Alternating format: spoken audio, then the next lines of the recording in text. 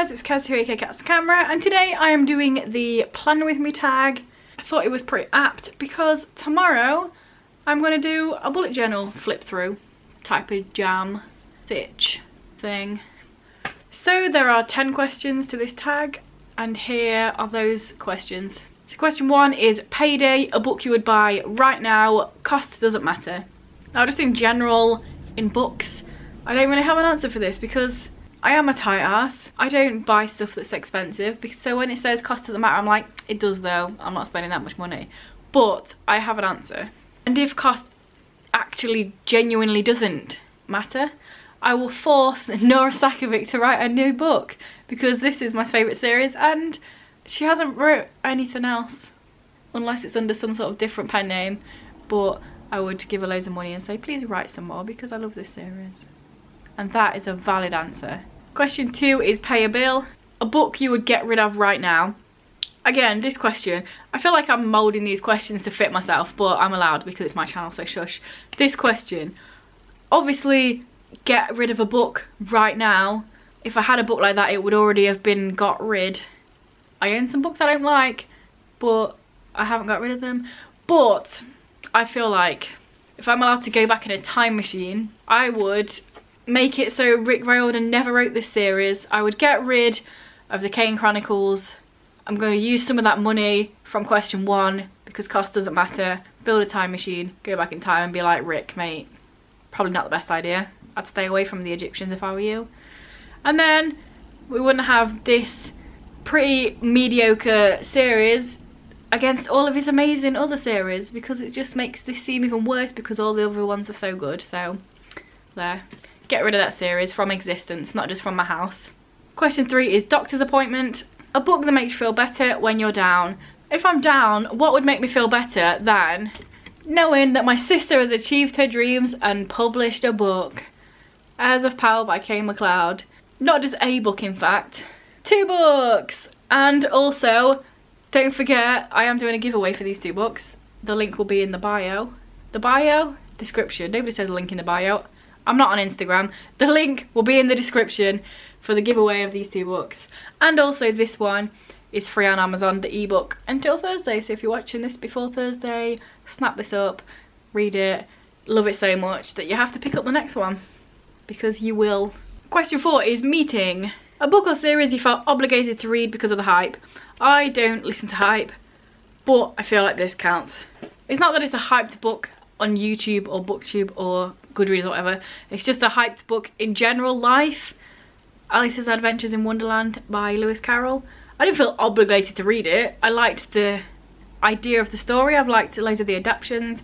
I found it in a charity shop. I bought it. I gave it 2 stars because I wasn't a fan. That counts, right? Alice in Wonderland's definitely hyped. Question 5 is a lunch date. A book or a series you fell in love with because a friend recommended it. I don't have any friends.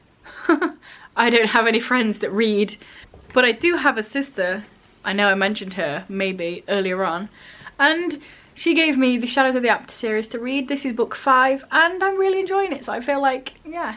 I wouldn't say I'm in love with them because that's a strong word. But I'm definitely really enjoying this series. I'm like 135 pages into this.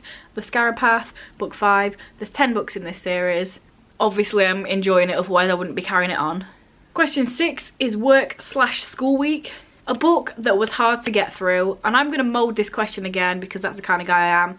And not a book that was hard to get through, a book that is hard to get through because I'm still not through it.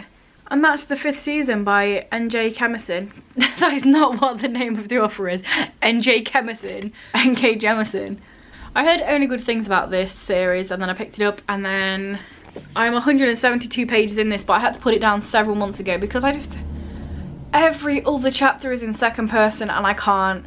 It's such a slog to get through. I hate reading second person. Like literally it got to the point when in my head I was literally changing the you to she and her because I couldn't handle it that much. I hate it. And I will finish this book because that's the sort of person I am. I don't DNF books. It's just not the sort of reader I am. If you do, that's cool. I don't. But man, it is a slog. And it's going to be even more of a slog if the other 2 books in this trilogy do the same thing because I hate it. I hate it. Second person Why does it even exist? The only time second person should be used is if someone's writing a fan fiction where it's an insert fan fiction, which is also something I never liked when I read fan fiction. Stop it with the you. Why are you there? Just standing on all my books, getting all up in my grill. What are you doing? Why are you climbing up me? You're so annoying and cute. And question 7 is Gym Day. A book that gets your heart pumping because it was such an exciting page turner. You're an exciting page turner, aren't you? You're an exciting attention seeker. Let me pick this book up, please. And for this one, I'm going with Lady of the Shades by Darren Shan. I haven't talked about this book in a hot minute, but when I was reading this, literally, like, every couple of pages there was a twist, and I was like, oh, so this is what's happening, and then it was a twist again, like, no, this is what's happening, what's going on? And seriously, like, literally for half of this book it was just twist after twist after twist after twist. I've got hair in my mouth now, thanks. Appreciate that. Chuck that down there. Question 8 is Date Night, a book with your favourite romantic couple. This is also hard whenever there's a sort of question about romantic couples and stuff. Even though I read a lot of contemporary, it's really hard because I'm just like, what? I don't know. But, ow, your claw is in me. But I did choose. Can I just pick this up, please? I chose, for God's sake, what are you doing?